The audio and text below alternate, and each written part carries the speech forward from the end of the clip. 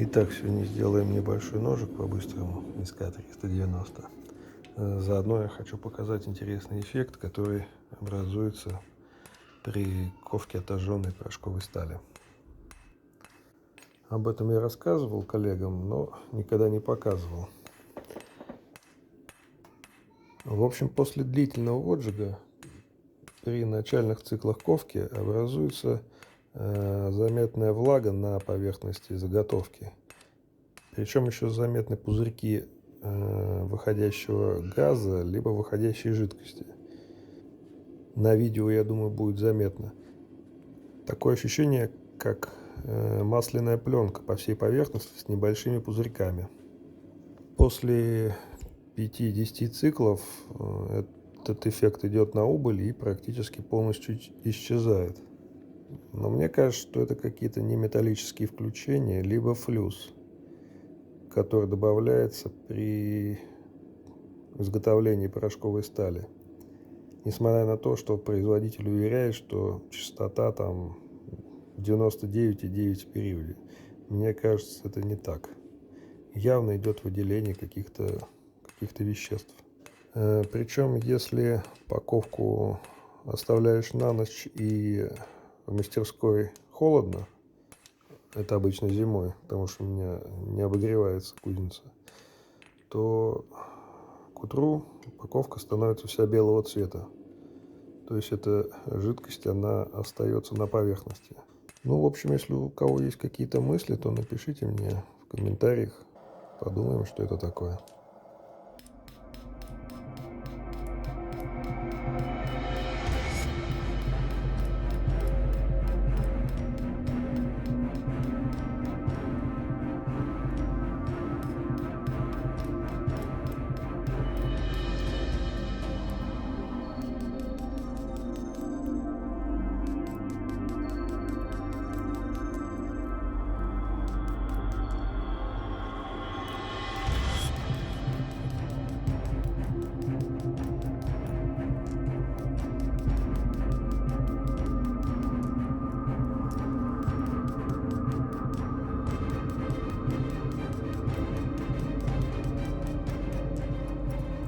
Все-таки я думаю, что это плюс, что из стали выделяются лишние элементы.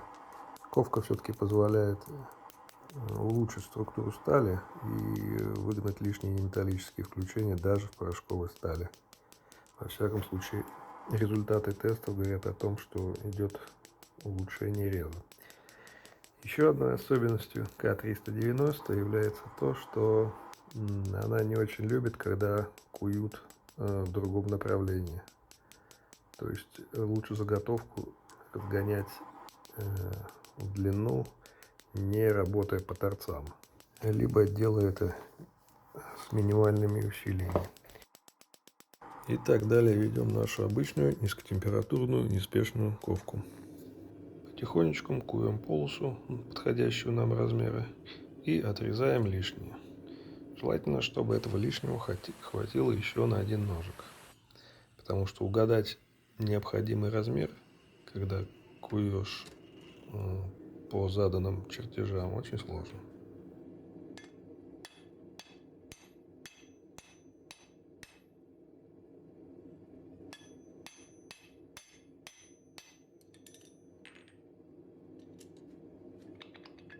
Еще я заметил, что К-390 не любит тонкую ковку.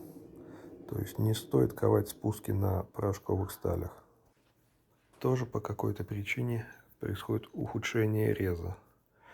На обычных сталях я такого эффекта не замечал, но ковка спусков на обычных сталях никакого эффекта положительного на рез не дает. Это я проверял многократно. Основное дает длительная ковка с самого начала до самого конца на низких температурах.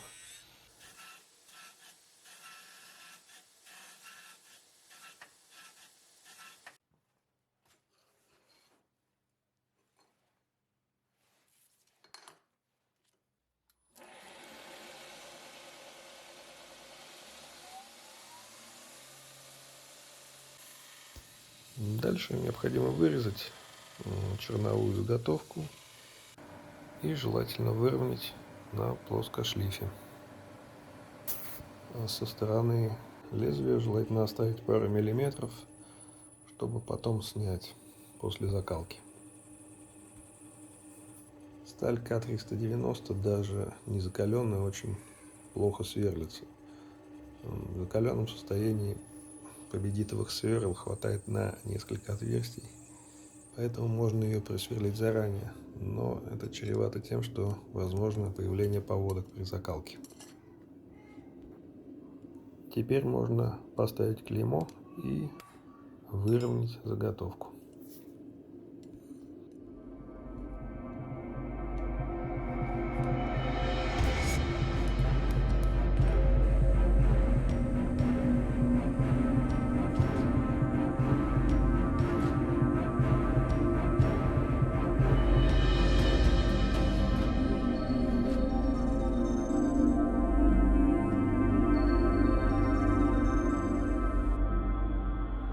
Ну, дальше идет закалка с танцами, с бубнами и отпуск. Тоже, конечно, с танцами.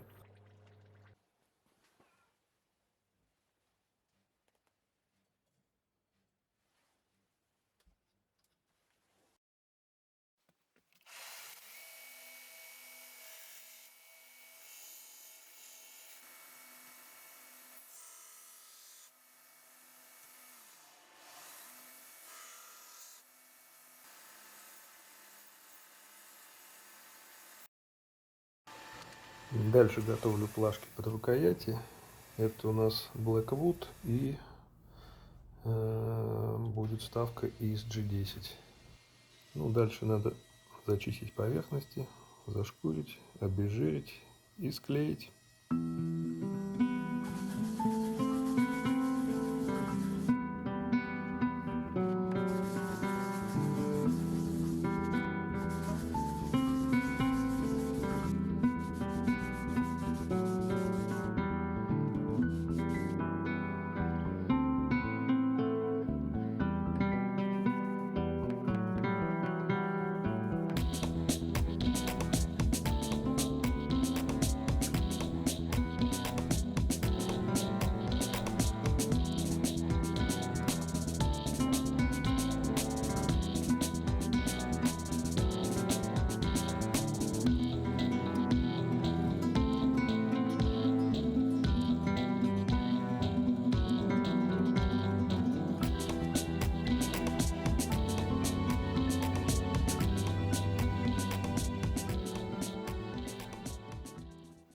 Окончательная примерка и дальнейшая склейка.